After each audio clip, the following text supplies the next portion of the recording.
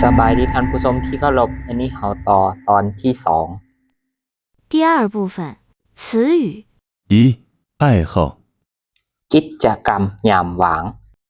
二、流行เป็นที่นิยม三、歌曲เพลง四、课คำวิเศษแสดงการเน้น五、像คือเส้น亮、篮球บานบวงหรือบาสเกตบอล七、网球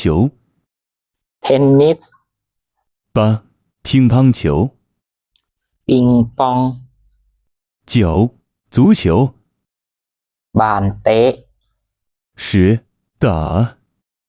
ตีหรือว่าลินเนาะกีฬาที่ใส่มักบาน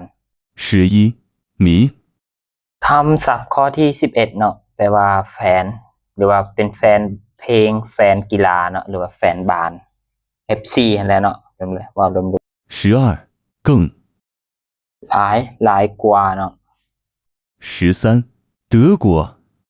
ประเทศเยอรมัน十四、世界杯เตะบานโลก非常感谢您看我视频